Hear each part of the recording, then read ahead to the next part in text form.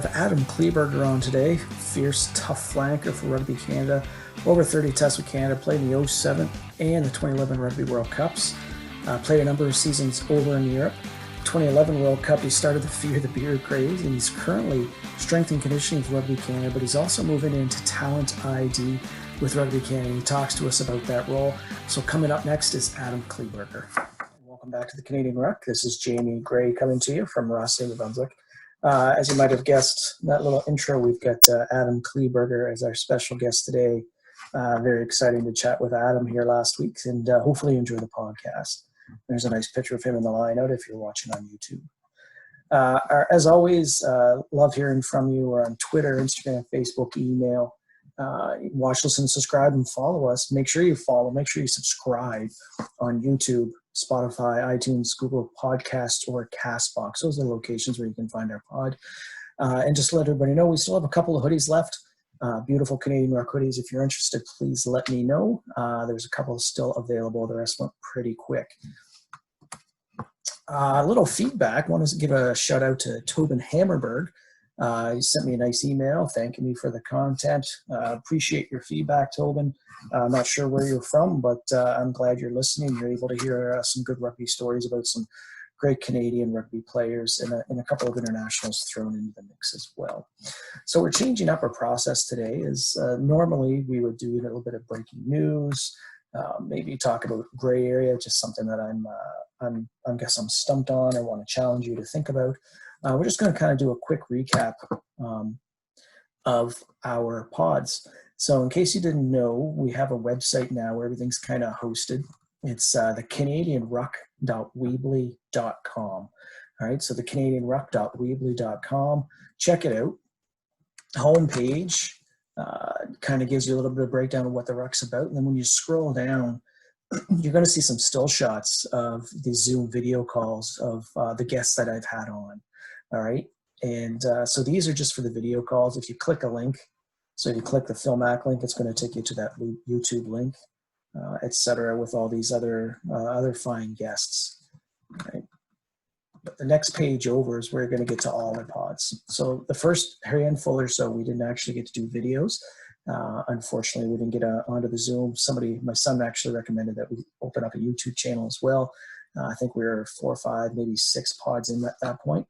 So to listen, they're all here. You scroll down to the bottom, we go to our number 1 pod, which was Cole Keith. Good bloke from Applehock, New Brunswick, just outside of Sussex. Talks to us about his time playing with Team Canada and with the Toronto Arrows. Great conversation with Cole. He's enjoying some time off with COVID right now, and he's excited at the prospect of potentially heading to Hawaii next year. That would be pretty cool. Second pod was Chauncey O'Toole. Chauncey's the only one where we've actually had to sit down in person and talk. We met at Foghorn Brewery in Rosslyn, New Brunswick. Great little microbrewery, some great ales, and Chauncey and I had a great conversation. He's a good Blyle boy from New Brunswick. So there's the first 2 guests are both from New Brunswick. Then we jump to Yves Pellerin. Yves was a chatty man about his thoughts on rugby in New Brunswick. Had great ideas. At the time, he was the president of the MBRU, but has since been, he wasn't reelected, unfortunately, because he has some great ideas as to how to strengthen and grow the game in New Brunswick. So if you're into the administrative side, or you're into the business side of rugby, and you're looking for great ideas, listen to Yves' pod. It was really intelligent. From there, we look at another executive. We went to Bill Webb, president of the Toronto Arrows, president and CEO of Toronto Arrows, and one of the most passionate rugby men that I've ever spoken with, rugby people that I've ever spoken with. Great thoughts on the game and the Toronto Arrows and what they can do to help Rugby Canada and how important the MLR is going to be to rugby on this side of the pond. From there, we head back to New Brunswick. Jeb Sinclair, a Fredericton boy who's now living out west. Probably one of the funnier guests that we've had on. He sure loves to talk and gives great thoughts on the game, but also doing it with a good flair and with great laughs involved in the process. And then we went big. Then we went James Pritchard. James is Canada's all-time leading scorer. Great interview. He's back over in Brisbane, Australia. He's doing some coaching over there, enjoying his time away from playing and taking up the coaching aspect of things. great guy. He's interested in potentially getting back to Canada in a coaching role. Would love to see that happen because I think he could do some wonders with Canada as well. But there's another great pod for you to listen to. Then we get to our first female. I was lucky enough. I reached out to Maria Sampson, and Maria, again, same as most of these other ones, is just the audio. She was a female player of the year in 2012. Great discussion about women's rugby and listening to her story. But very passionate about the game and the state of the women's game in Canada. Very knowledgeable. So she is a great interview for sure. And then from there, we jump to our first quarantine roundtable. All right, episode 8. This is video. This one was pretty fun. We had those 3 New Brunswick guys. We had Cole Keith, Chauncey O'Toole, and Jeb Sinclair talking about some different things that have been going on at the time. The Joe Mahler incident where he fondled friendly Alan Jones. Some other things that were happening. So at the time, games were just kind of winding up before COVID. So we had some footage that we could kind of discuss. Then we get into some big shots here. We get Al Sharon, Canadian legend. Al talks about his playing days, all things rugby. Just great listening to this guy reminisce about his heyday playing and the state of the game in Canada. It was a lengthy call, but Al made it interesting. He liked to talk about his old mates. He liked to talk about where area rugby is going in Canada and things that can be done. And you'll really enjoy listening to Al's thoughts on the game. And then we had the pleasure of talking with Heather Moyes from Prince Edward Island. Heather is right now, she's a motivational speaker in a sense. She's got a book out called Redefining Realistic. She has her own website. She was a member of Rugby Canada in the 06 and 2010 Rugby World Cup. She's got 2 gold medals with Winter Olympics in bobsledding. She cycled for Canada Pan Am Games. Just amazing all-around talent. Hugely supportive of the multi-sport athletes. I mean, she was 27 before she picked up bobsledding, played 7s rugby, 15s rugby, and the list goes on and on. Great person to chat with. Then we get to pod 11 was Tyler Ardron, Team Canada captain. At the time, he was in lockdown over in New Zealand. He started the season off with the Chiefs, as the Chiefs season was supposed to be done when his contract was, but because COVID happened and it got extended, he unfortunately didn't get to finish the year with the Chiefs, and he's now over in France, and he's kind of in limbo waiting to clear quarantine procedures before he can start training with his club there in Castres. Next up is DTH Van der Merwe, one of the most dynamic and electrifying players Canada's ever had. Just recently hung them up with Glasgow over in Scotland, and currently he's looking potentially to come over to North America and play a little bit in the MLR before he really wants to decide to hang him up. So we were emailing the other day, and he said, yeah, I'm just, kind of exploring some options, and that'll be really cool. I'd love to see DTH back on this side of the pond, tearing up some grass on this side. And he's never a disappointment on the pitch, and he's never a disappointment in a conversation as well. And then from there, we go to our first local legend series, and it was the Blythe Rovers, and we had some good buddies of mine on, just talking about state of game in New Brunswick. Favorite rugby songs, favorite rugby traditions, things like that. But the pod features Gary Caines, a.k.a. Jaime, Corey Sprague, which is Archie, Dave Ness, known as Dirty, and our good friend Craig Moose Barnett, who unfortunately passed away less than a month ago due to cancer. And he's still missed every day. Great lad, great rugby player, and just an all-around fierce and loyal friend to anything Blythe Rovers. Truly missed, and we will continue to miss him. But from there, we jump back. We go from local legends to national legend Gareth Rees. Canada's first member inducted into the World Rugby Hall of Fame. Kind of an icon, absolutely. Very gracious, great thoughts on the game, and had a real good conversation with him while he was enjoying some downtime out in British Columbia. When we get back, we get another local legend series. This time we go to the ladies' game. We get the St. John Irish. We get Chelsea and Katie on. 2 very knowledgeable girls in the sport of rugby. Great ideas and thoughts as to how to grow the game at the rookie rugby level, at the senior level. How do we get more women involved? These 2, this is a conversation you don't want to miss because these 2 know their stuff. and they really had a good time on the conversation on the podcast. Then we kind of stretched our boundaries. We went to the NHL. Brad Mayday, he agreed to join me on the podcast. Brad played over 1,000 games in the NHL over 19 seasons, won the Stanley Cup in 2007 with Anaheim Ducks, which is one of the hardest, if not the hardest, trophy to win in all team sports. But he also played rugby in high school and provincially. And he still really enjoys the game. He said he's been out and watched some sevens tournaments, just keen on the game and how it helped him, NHL-wise, like toughen him up a little bit and helped him become more gritty. And I think this is a pod that a lot of people would like to listen to. Then we get to this. This one was pretty fun. Episode 17.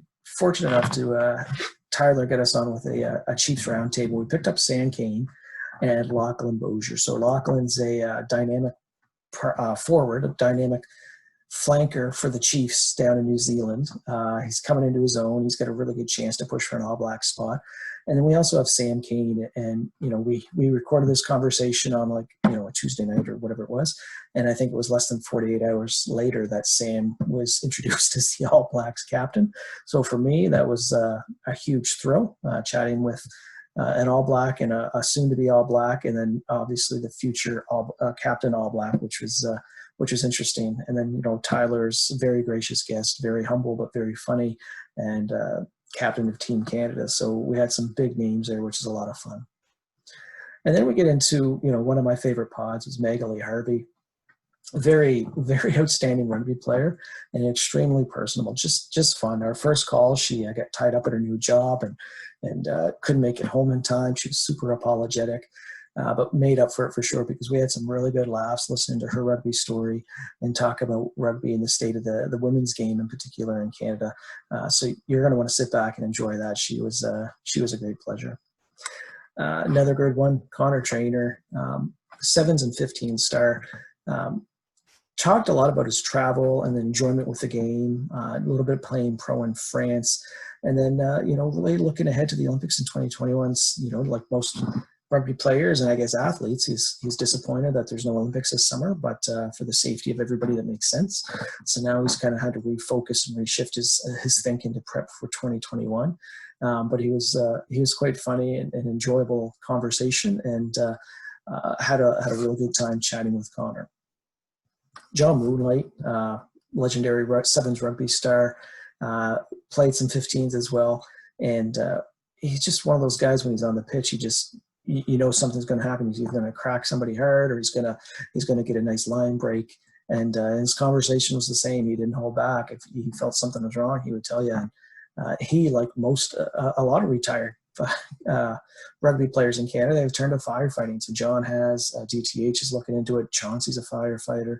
And John actually mentioned a few others that have kind of gone down that train of thought. It's, the team aspect, the camaraderie aspect for sure. And then we get to another local legends. That should be part 3. That's a typo. But we had Kim, Jesse, Josh, and Stu on from the Moncton Black Tide, and all four of these people are really, really strong rugby minds. Stu's been around the longest. He's been playing since the early 90s, if not before, senior rugby, and he just kind of keeps going and going and going. And then Kim, Jesse, and Josh, follow right along Stu, talking about in the Moncton area, which is the largest city in New Brunswick, how they can continue to have an impact on sports in New Brunswick and in the Moncton area in specific. So it's a great conversation, great way to get some ideas if you're looking for ways to improve turnouts and improve attendance with your club. And this one was pretty cool. I reached out to Kingsley Jones, who's a coach of Team Canada, and had a great chat with Kingsley. We sat and we chatted for 2.5 hours. I mean, the conversation that you're going to hear is, 45 minutes to an hour long, but we chatted for a good half an hour before the recording and another half an hour to an hour afterwards, just talking all things rugby, his time playing, his time coaching, what Canada has to do to kind of move back up the ranks as we've been trending down the last, 10 years or so. And he's got some really good thoughts in the game, really good mind. I think he's Canada's club is in pretty good hands with Kingsley at the helm. And then I guess, the other 26, 27 pods have been awesome, but I think this one was one of my favorites. if not my favorite. Doug Fraser's a great lad. But he combined a couple of two of my favorite things. One is rugby to talk about, and the other is like human rights. And we spent half the pod talking about the Black Lives Matter movement, and we really dug in deep on the plague of racism. And if that's something that interests you, like you listen to Doug's story, growing up and playing a handful of games with Canada, but now being a standout wing with Old Glory DC and the MLR. Every time I get a chance, I plug him. Kingsley, if you're listening to this, give Doug another chance with Team Canada, because he's a dynamic, gritty, tough, not only great athlete, but one of the best humans that you're gonna come across. And we had a little fun. Episode 24, we did a little interview with the boys at Super Rugby Pod, Damien and Toby. This was pretty neat because these guys talk Super Rugby, and they both live in England right now, but both from New Zealand. So we spent a good 45 minutes just chatting about the state of game in New Zealand. Talked about some of the games that had happened over that weekend, and our thoughts looking forward to what Super Rugby can bring. If you haven't had a chance yet, take a listen to them. Those guys are on the Super Rugby podcast. Knowledgeable, funny, and definitely worth a listen. And then from there, we got episode 25. We had Phil Mack, dynamic scrum half for Canada, 7s and 15s. Just a super gritty guy. And he brought that intensity that he played with on the field onto the Canadian ruck. Enjoyed chatting with him about his time playing rugby and what his thoughts are moving forward. And that takes us to our episode 26, which is just, before this. We had, lucky enough, Doug reached out to the Beast, Tendai Matureira, which I know is pronounced incorrectly, but I try. I'm sorry, Beast, if you listen to this. But we had a great conversation. Fortunately, Beast is super busy. He's a CEO of a company now, and he was late getting on the pod because he got tied up at work, and then he had to leave a little bit early because he had a call to go back for something else for work. So it was supposed to be a good hour-long conversation, turned out to about 35 minutes. You could tell he didn't want to leave, like he kept talking, but he also knew that he had to go, so we kind of had to cut off. But it was a great conversation, listening to him talk about winning the World Cup over in Japan just last year, and his short stint with Old Glory DC, and a real fun conversation with the Beast and with Doug. Two great guys, and definitely worth the listen. And then from there, the website, you got areas where you stream, and I've already talked about that: YouTube, Spotify, iTunes, Google Podcasts, and Castbox. And then we've got our coming soon page. We've got a lot of guests up. So this is Adam Kleeberger. We've also got Jamie Cudmore, Pam Buisa, Kerr Paquin, Jeff Hassler, Ray Barkwell. They're all recorded and on the queue and getting ready to be posted. Typically, I post one a week, but I think I'm gonna maybe do 2 a week now, just because I've got a good list here. We've got Mark Wyatt ready to go, ready to be chatted with. Same as Nadia Popov, David Lockheed, Jack Hanratty, and then some more local legend series with the Trojans and Loyalists out here in New Brunswick. And then we have the ref roundtable. We're still trying to get that one squared away with Ian Wilson, Alan Gray, and Shanda Mosher Galayans. All right, there's a little bit of information on the website here about myself and the Canadian Ruck. Before you was reading that, you can definitely read it. And then there's our contact info. I didn't kind of go over it on the pod, but there's our email link, Facebook account, Twitter info, and Instagram profile, all there for you. And then lastly, this is a neat one. I know some people said, well, why did you put a section in for your favorite pods? It's because I'm here to grow the game. I'm not here to make money. I don't get paid for this. Saying that, if there's somebody out there that wants to pay for advertising, I'm all ears. I wouldn't mind making a few extra bucks, but this is just a great way for me, I think, to give back to the game and try to promote the game by telling some information, giving some information, but allowing Canadian icons, rugby icons, a chance to tell their story. And that is, to me, a really nice way to allow people to see their path, to see how they get to where they are. And by doing that, it spreads the game. But also another way to spread the game is to listen and talk to other people. So as I said, one of my favorites is the Super Rugby Pod. Listen to Damien and Toby talk overseas about the Super Rugby, focusing really on the Aotearoa and a little bit of Rugby Australia right now, which is just starting. And a new one that's just started. There were only 2 pods in, but Dale in Stanford and Rob McDowell started this one called the Rugby Hive, and it's similar to the Canadian Ruck, but they're kind of looking more international players in Canada. They had Brian Habana on as their first pod, and that was a great conversation. Definitely sit back and listen to that. We'll put it on in the car, grab a couple beer while you're sitting on the back deck, whatever. But it's a really good one. And another great one is Le Rouge Rugby, another Canadian one. This one kind of focuses on Toronto Arrows and the Major League Rugby, but make sure you give a good listen to Le Rouge Rugby because it's got some great Canadian content on the professional scene and very knowledgeable guys that run that pod as well.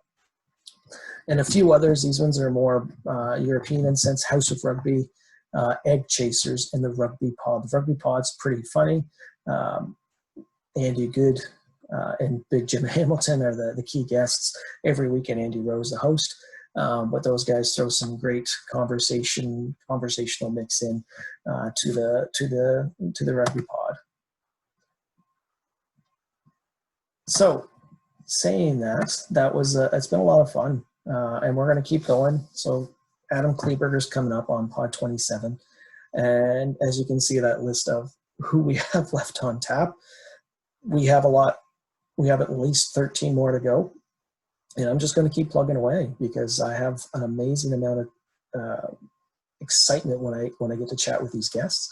It's a lot of fun, and it brings me a lot of happiness in my life just chatting with some of these people who I've, like Al Shawn or Gareth Reese, who I grew up watching, to the guys like a Jeff Hassler or Adam Kleeberger, GTH, who has a guy in my 30s and now 40s, just enjoy carrying that Canadian flag of rugby for us. And it's a lot of enjoyment for me to actually listen to them tell their story. And I hope that's the sense that you all get from it as well, that it's a chance for these people to tell how they got to where they got and what their next plans in life are. So without further ado, Adam Kleeberger's coming up next. And I appreciate all my listeners and all the viewers that are watching online because it's been a great journey, and I just hope you've been enjoying this as much as I have been enjoying it with you. All right, so stay tuned for Adam, and then we'll sign off once the interview's over. Cheers. So welcome back to the Canadian Ruck, and lucky enough today we have Adam Kleeberger, and Adam's he was a dominant flanker in his day for Canada, especially I remember back in the 2011 World Cup. Fear the Beard, I think he started the craze, and we're actually going to talk with Adam about his time with Rugby Canada and growing up and a few other things. So Adam, welcome to the Canadian Ruck. Thanks for having me. All right, so let's get right into it here. So my understanding, you were born in Alberta, not a huge rugby hotbed, but there's rugby there for sure. So talk to us about how you became involved in the game, like the high school level, university, etc. What's your path there? Yeah, so grew up in a really small town in Alberta, Elk Point.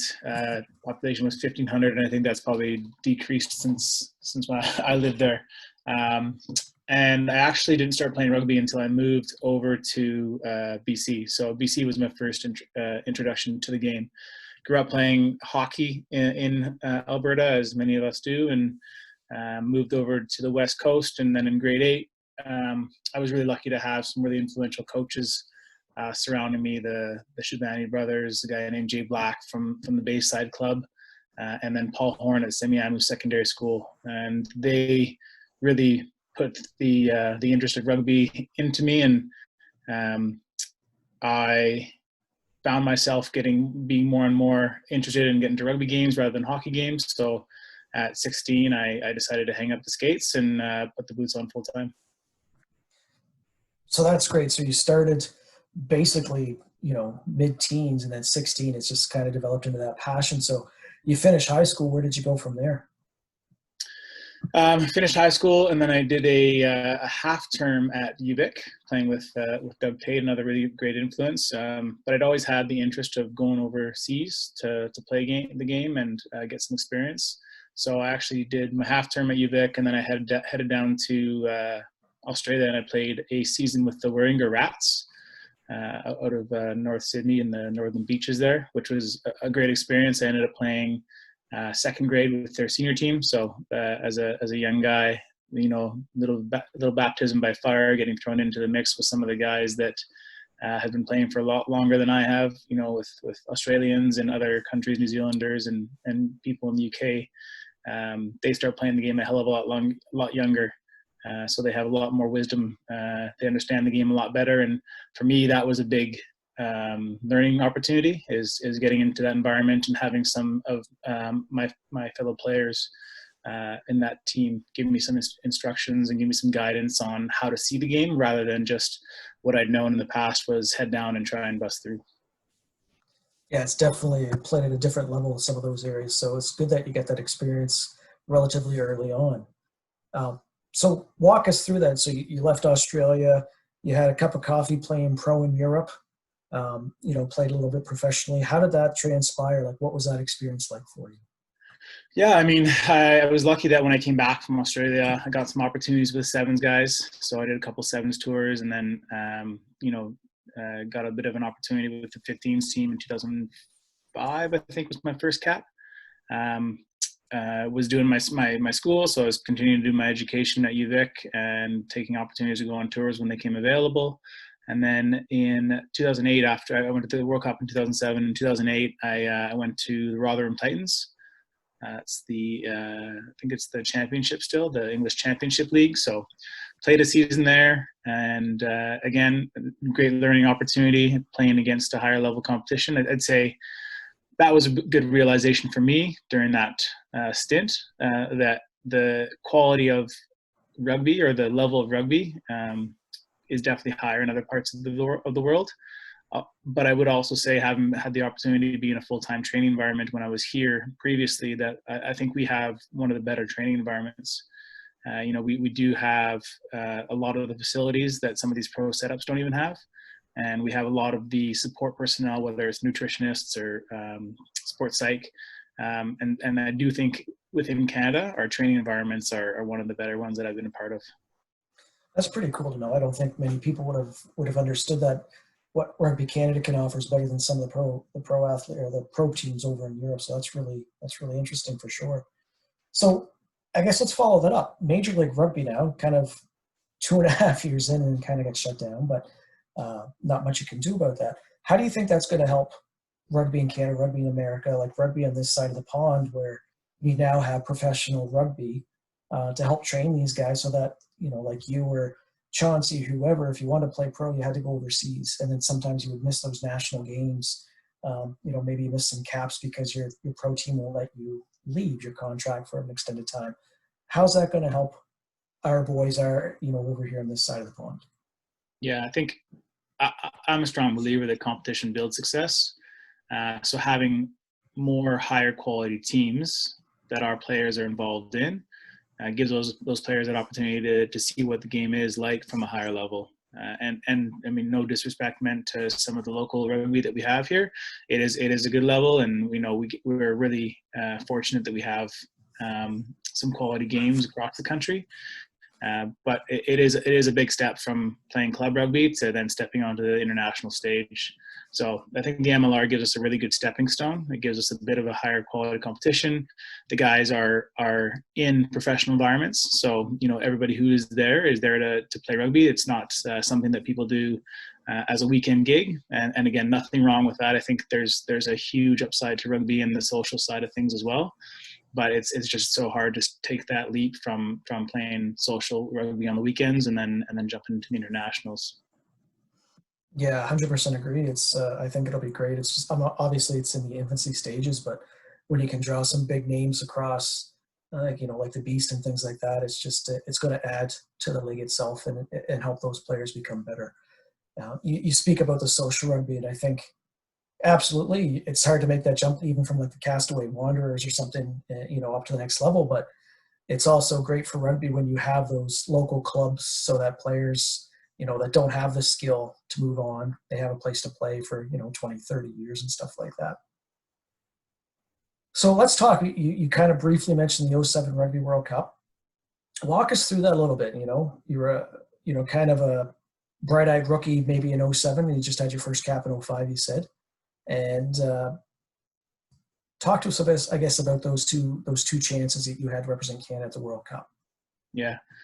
For me personally, two very different experiences. So, like you said, fairly new to the team coming into the 2007 World Cup, and I think any competitive player has a huge burning desire to get on the field, and I didn't get that many opportunities to do so in 2007. So there was definitely some frustration in that tournament for me. A lot of learnings as well. I think one of the bigger learnings that I took out of that tournament was that it's not about me. It is about the team and what I can do to contribute to that team in whatever capacity that is, whether it's holding a bag during practice or running water during a game. That does still contribute to the team's success, even though I definitely want to be on the field, blood, sweat, and tears with the guys. But yeah, 2007 was definitely a bit more of a frustrating one for me, but I think that was a necessity to help me with my development. How old were you in 07? In 07, I would have been 23. So still quite young in your rugby career. Yeah, still starting out in relative terms for sure. But when you look back, though, you recognize that it was a good stepping stone. But you look at something as simple as Super Rugby right now. Dan Carter's carrying water for the Blues. You look at I remember 2011 when you guys played New Zealand. Richie McCaw was carrying water for the All Blacks. You see those things happen. You recognize, oh, I did that too. So that's interesting. Okay, so rookie in the 07 Rugby World Cup, earning your stripes. Fast forward to 2011 in New Zealand, and Team Canada kind of it was a great showing by you guys. Talk to us about that environment and your expectations, and I guess the fear of the beard craze. That kind of went crazy there. That for that month and a half in September, October. Yeah. I mean, in terms of team dynamics going to the World Cup, I think that's one of the strongest knit teams that I felt part of. I think we had a lot of really good leadership people in that group, in that team. Obviously, Pat as our captain, but then Andrew Monroe, Ryan Smith, Ed Fairhurst. We'd had guys all the way down the line. Jamie Cudmore. We just had guys all the way down the line that would consistently hold us as a team to a really high standard. But also knew that it was more about us being connected than about us doing everything perfect. Because as long as we're doing everything together, we'll take care of the stuff that's not perfect by doing it all together. In terms of the beard, yeah, I mean, it's kind of funny. Myself, Hubie, and Jeb all independently started growing beards. We actually didn't know that each other were growing beards until we got together for the pre-World Cup camp. So that was a bit of a surprise. And then, yeah, I mean, I don't know, something about it just took off. It was pretty cool to be playing the games and then watching people in the crowd. I don't really pay attention much to what's happening around me when I'm in the game, but after the games, it's really awesome to go around the stadium and see people with the beards and all the other Canadian get-up. I mean, that experience was was the highlight of my rugby career. Well, it's still kind of stayed on. I mean, it's been 9 years, and you watch players now, and a lot of guys are sporting the beards, whereas prior to that, it really wasn't a thing. So I think Canada set off something there. I have been reminded that I can't take credit for beards. Beards were around before me, so I won't take credit for the beard. But it is cool. Who's feeding you that line? There's no such thing as a beard before you came along. All right, so talk about after that, though. So after the World Cup, you and Rick Mercer got together from the Rick Mercer Report. Good Newfoundlander, very funny guy, great politically with his activism. You guys were raising money and awareness, something to do with, I think it was Movember and possibly the Christchurch rebuild. Is that correct? Yeah, that's it. Yeah.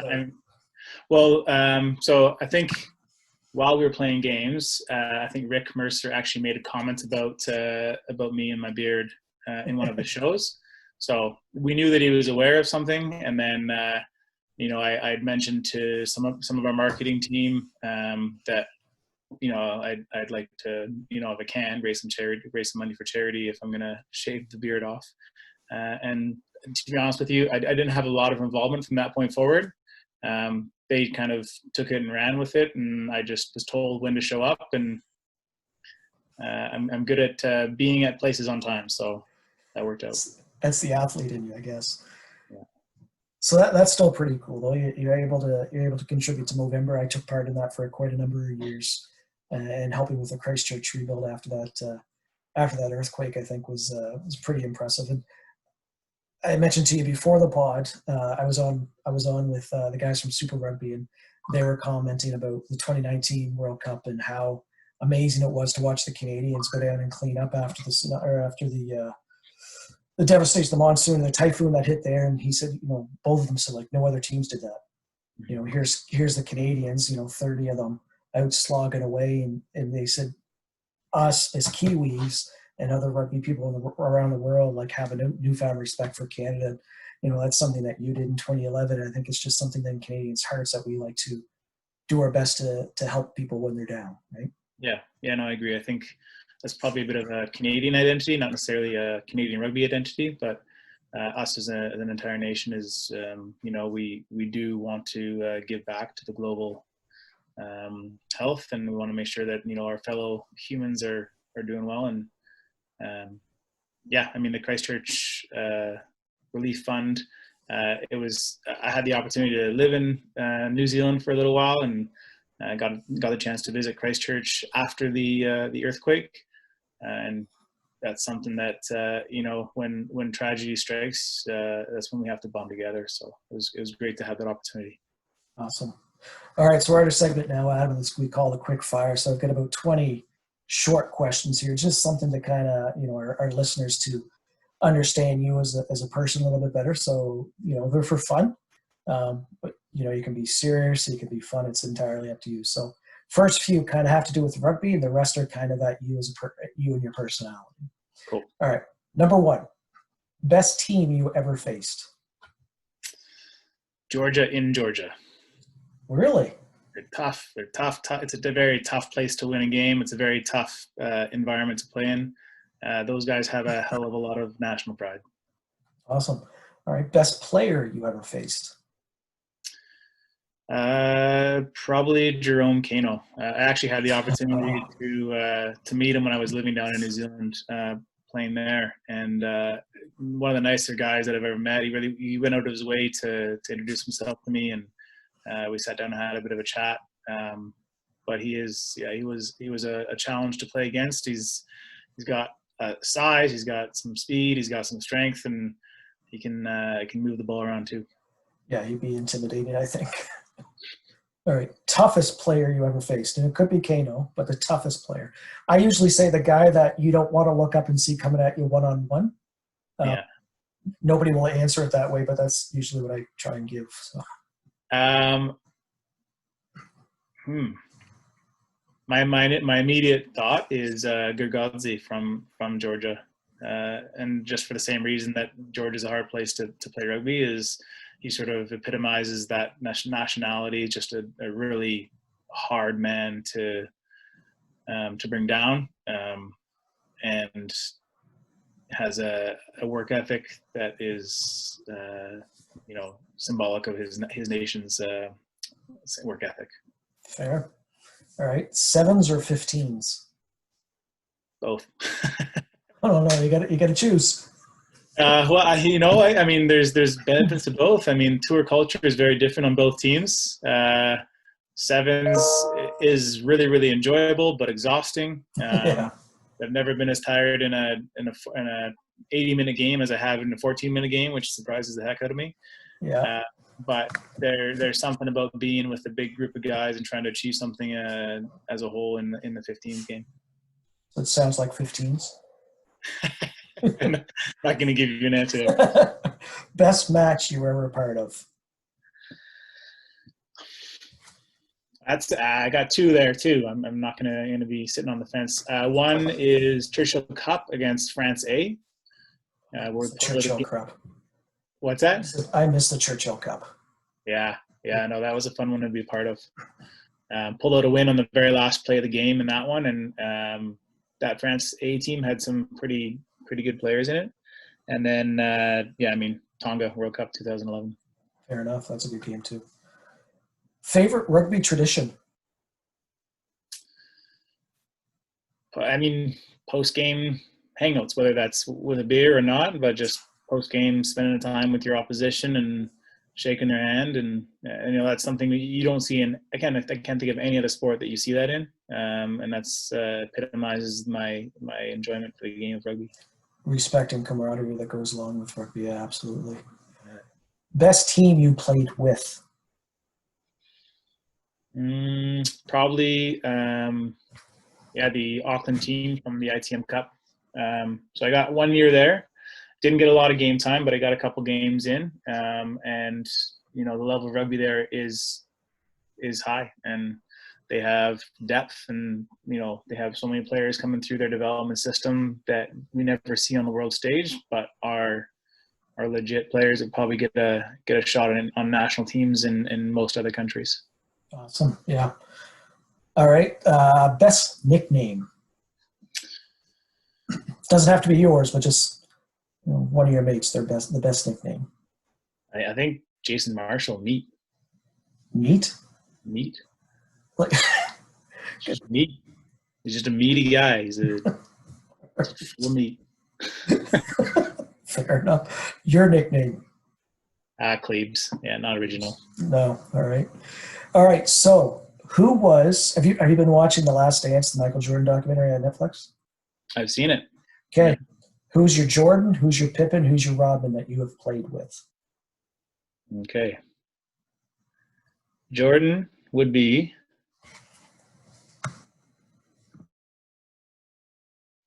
I'm gonna go with Andrew Monroe.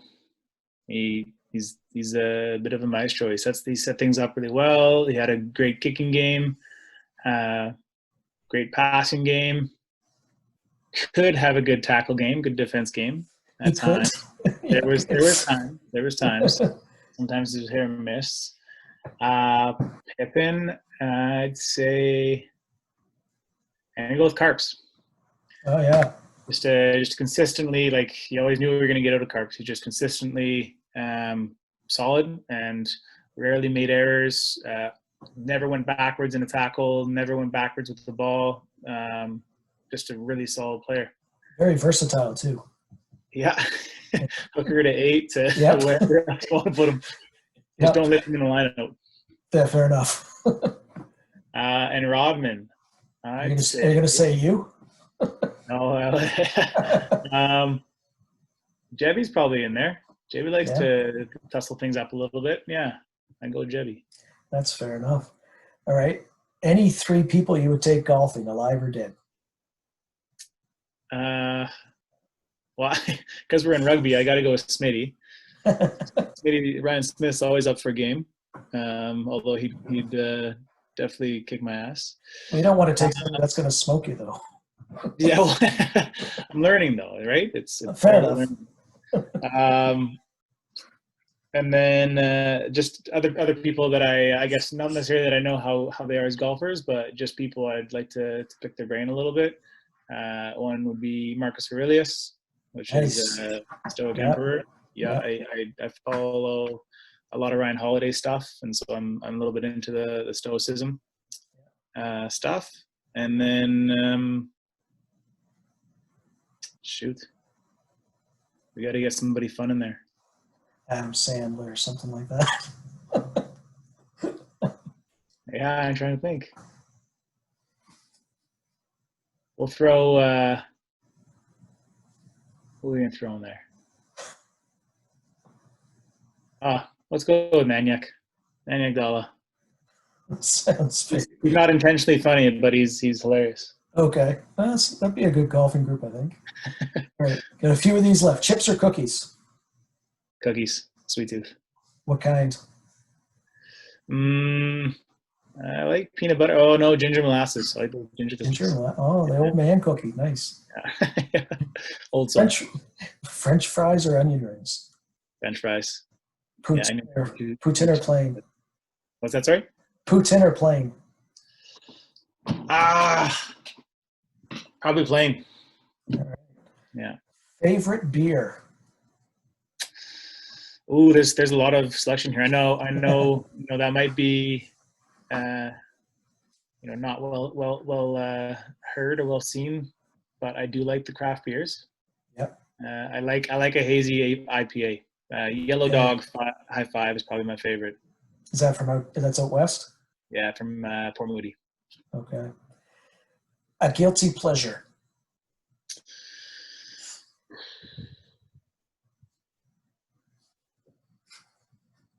Football on Sundays. Who's I can spend a lot of time watching football on Sundays. who's your team? Seahawks. I like the locals. Fair enough. All right. Yeah. Best place for a post-match beer. The local downtown's not a bad spot here in Victoria. You got lots of sunshine on the patio. The name of it's The Local?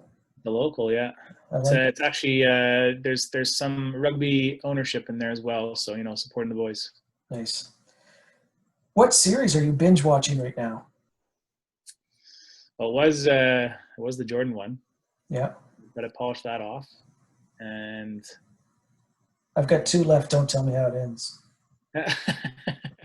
and I'm actually with the girlfriend. We're watching The Crown. Oh, is that any good? It is, yeah.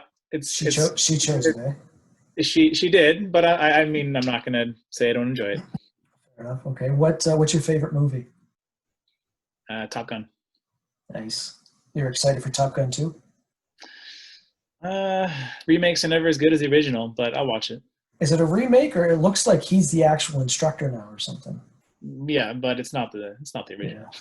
Yeah. All right. So who would play you in a Netflix movie of your life? Bradley Cooper. Oh, shooting high. All right. I like it. Who would play the leading lady? Just a hint, Connor Trainer would not answer this question.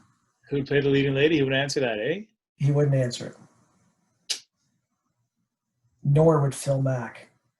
As in like, who would I want to play the leading lady? It's entirely up to you. Man. Let's go with Amy Poehler, just because. She'd be funny. Yeah, she'd be funny. All right, last one for these ones. Who had the biggest impact on you as a player? It's probably Saul Shabani. Yeah, he was the coach at Bayside when I started out there. He coached me in grade 8 as well. So he was really the guy who got me hooked. But I mean, yeah, Paul Horn and Doug Tate definitely had big influences as well. Awesome. All right, so we've got a few questions left, and these are, we're out of the quick fire segment, so thanks for that. It's always fun. As a former national player, now somebody that works for Rugby Canada, what are your thoughts on what makes a great team player? I think a lot of it is, how you interact with others and how you carry yourself. I think it's really easy, especially as you get more involved in higher levels of rugby, to start to develop an ego. And I don't think ego is very helpful in making you a good team player. So, humility, working your butt off. I think we've been talking a lot lately within the organization about how much hard work can make up for, what might be some of our perceived lacks of skill, because we don't play the game from such a young level. But something I think we as Canadians do really well is work our butts off. So yeah, humility, hard work, and a little bit of humor. That's good. So give me a couple of players that you shared the pitch with that would encompass the humility, the hard work, the humor, stuff like that. Who stands out to you? First one I can think of is Pat Riordan. I think he was, he was our captain for a while there, especially through the 2011 World Cup. And I think he embodies what it means to be Canadian. He definitely went out of his way to connect with everybody on that team, and sometimes that means you got to connect with them on their level, because not everybody's going to connect with you on yours. So yeah, I think he knew how to connect with people. I think he knew how to put the team first, and I think because of that, we were able to be successful in that World Cup. Yeah, that's a good choice. All right, so let's look at let's switch gears a little bit, talking about player safety. So I found a quote online of this woman's blog that she wrote in 2013, and she quoted you quite a lot in it, and I really like this. You said this during or around the 2011 World Cup. Typically in Canada, people perceive rugby players as being these goons who go out on the field, smash each other around, get bloodied and bruised, and then go and drink a beer afterwards. I think it comes down to exposure and getting people to see there's more to it than that. You go on to talk about respect within the game itself and how it can kind of differ from other sports. Can you talk to us about player safety and the respect aspect that comes that's so ingrained in rugby, and you don't actually understand it until you become part of it? Yeah.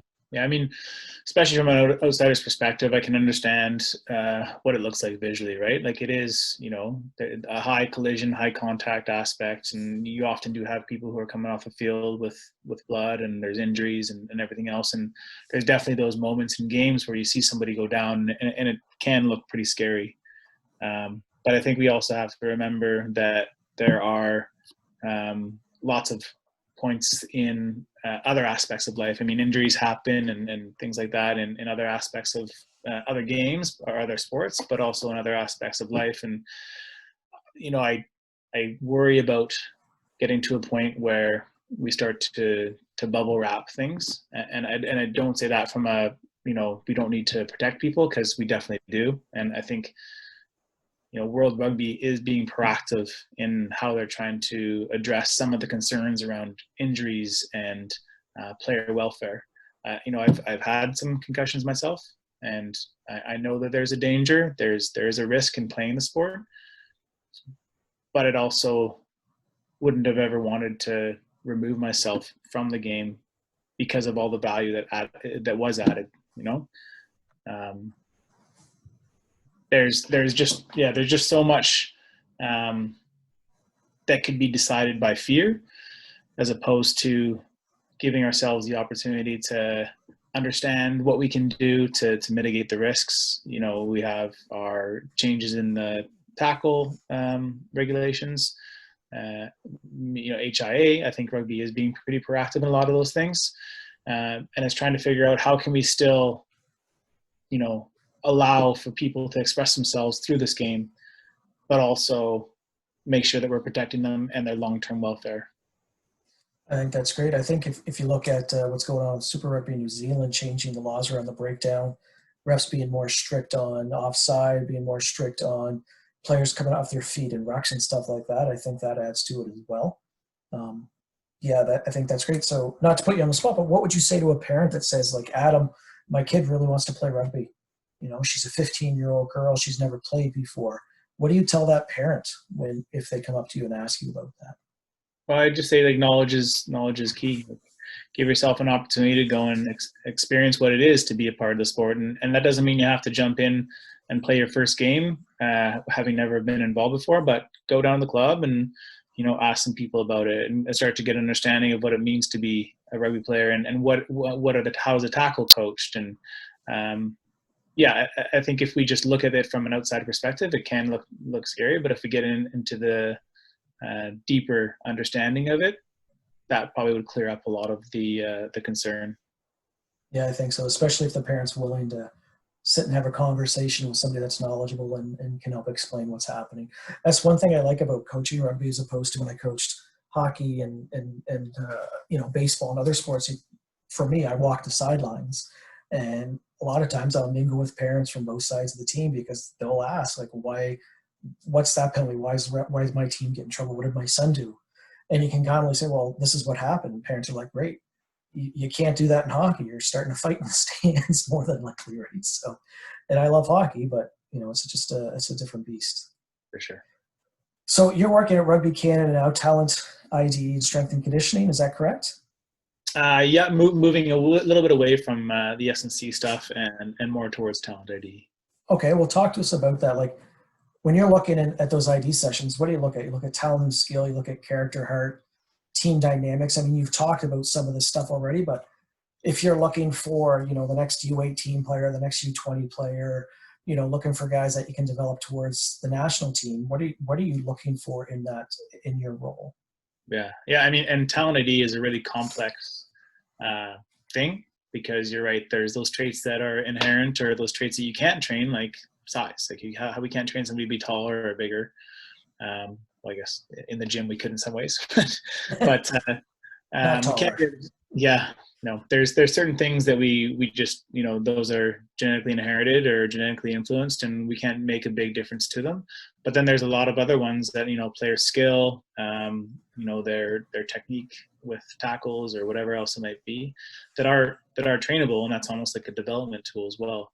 What we're trying to do is step away from having specific talent ID sessions, because a player could not perform their best on that one day, and that shouldn't exclude them from being involved in the future. We want to try and cast a broad net and open up the opportunity to those kids that have the desire, the drive, and the ability to play at the next level. So casting that really broad net, and we're developing a bit of a scout network across the country, so that we have people that are at local games and watching club and watching high school, and able to give us an idea of how players are progressing, or which players we need to take more interest in.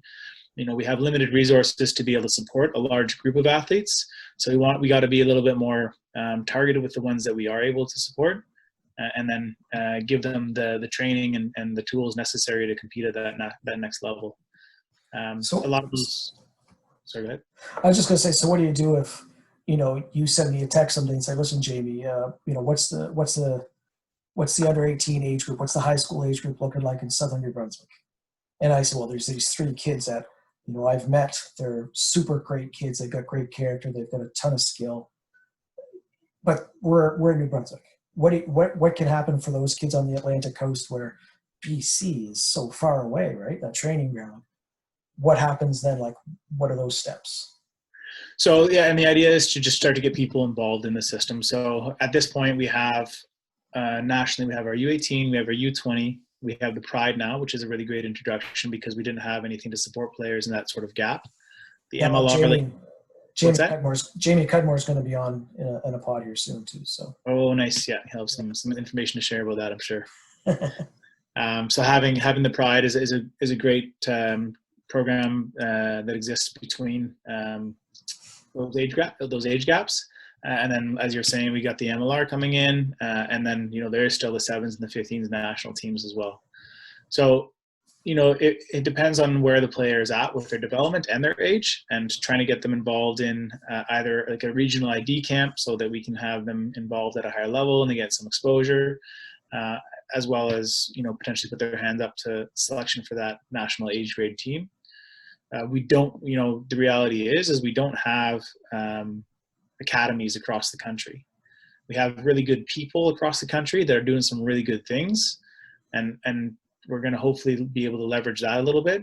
And then we have our university system, and our university system is probably one that we can continue to try and invest in. I think that's a great tool for us to use to try and get more of those right athletes playing at a higher level, and giving them some of the development tools for success of the national team. that's fair. So I think that's great. And this is a kind of a question off the top of my head, and I usually ask it to the guys that are from BC predominantly. But what can the rest of the country do to kind of get caught up so that we're helping Rugby Canada? Like, the Maritimes or Atlantic Canada might be a little further behind than Ontario, BC, but what can we do, or what can Rugby Canada do to help us get caught up so that our national teams are stronger? Oh, I mean, our success is always going to be based on our grassroots, right?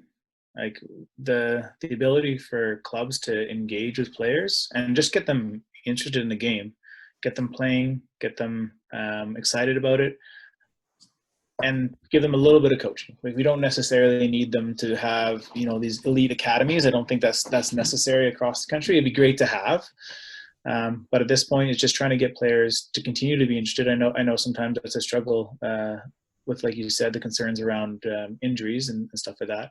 Trying to get players into the game, get them interested in the game, and then sharing information. I think we're trying to be more transparent with what we're doing at the national team level, and I think that would help for people across the country to be able to understand how what they're doing impacts national team success. And I really do think it's just getting players excited about playing rugby. I mean, nobody starts playing rugby with this idea of national team success. I think that's something that develops once you start to enjoy what you're doing, and that's where I think the clubs and high schools across the country are doing a good job, and just we need them to continue to do so. And you're kind of bouncing around, but you haven't said, but like multi-sport athletes, you're talking about, kids that don't really get into the game until they're later in life, later ages in life. And it can be very hard sometimes now with the drive to be a single sport athlete because you're going to the NBA, you're going to the NHL and whatnot. And that really impacts rugby because we talk about parents sometimes will say no because it's going to hurt your chances of going somewhere else. And you're kind of hitting that without actually saying it, but in my mind, that's what you're kind of talking about, I guess. Yeah, I mean, rugby is probably a bit of a later entry sport compared to hockey or soccer or some of the more traditional North American sports. And so I think we have to be a little bit more flexible to having athletes come in and out of the system, and I think that's probably beneficial for their development as well. I know, I hope that athletes are involved in lots of sports when they're younger. Not to say that there doesn't come a time where you have to put all your eggs in one basket, because you do have to focus on one thing to be really good at that one thing. But that doesn't need to be right away. I think there's lots of time for experimentation and for athletes to really develop a love for a sport. And if that's rugby, then that's great.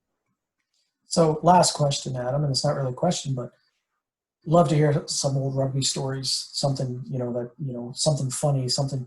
Feel free to throw a teammate under the bus, just something that you enjoy that kind of sums up what rugby was like for you growing up or with the national team.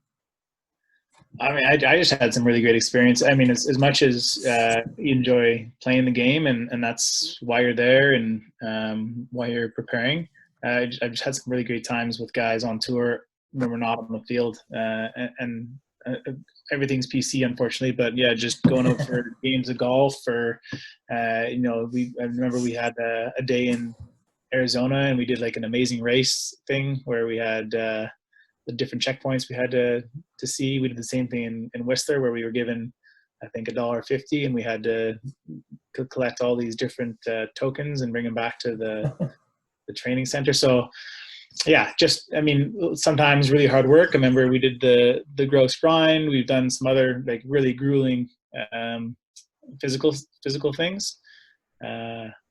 Just time with the guys, doing stuff in really cool parts of the world. That's pretty cool. That's good. Any last thoughts? Anything you want to talk about? You want to talk about Rugby Canada, your role, anything, and we don't have to, but I always like to see if anybody wants to just add something else that I might not have covered, you might not have covered.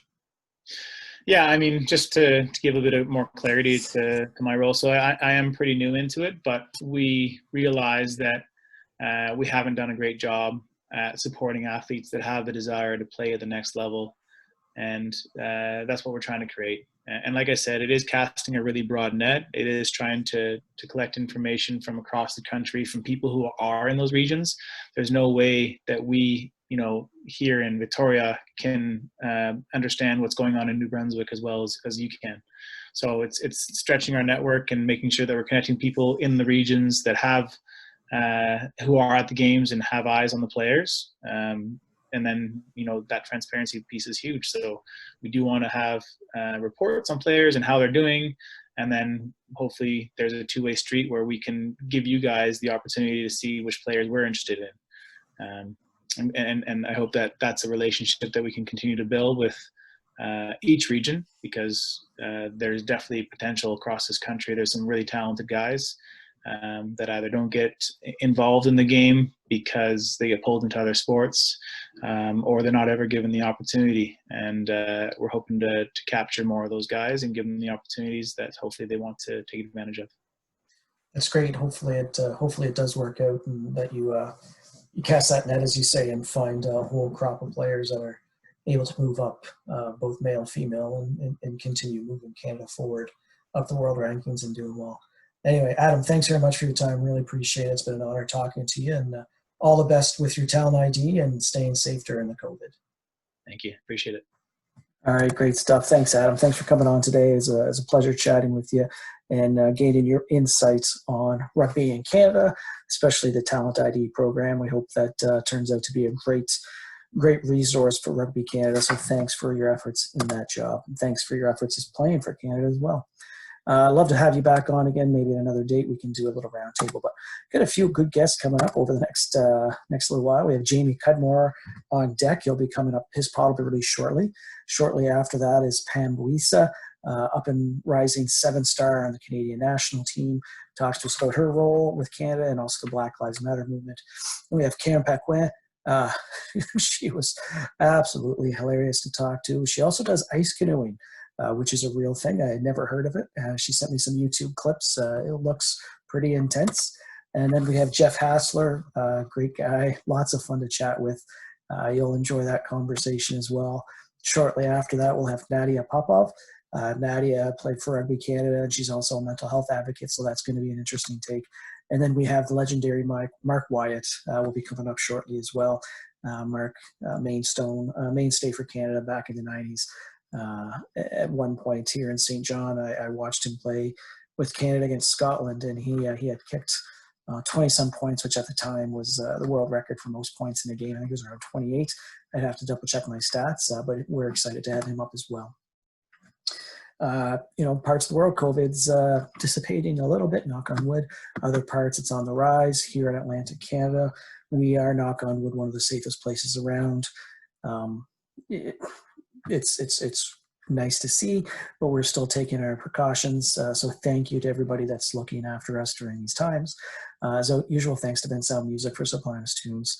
Again, thanks Tobin for reaching out via email. Anybody else, contact me via Instagram, Twitter, email, Facebook, what have you. It's always nice to hear thoughts and ideas for podcasts. Please reach out. And that's it for this week. That's it for this pod.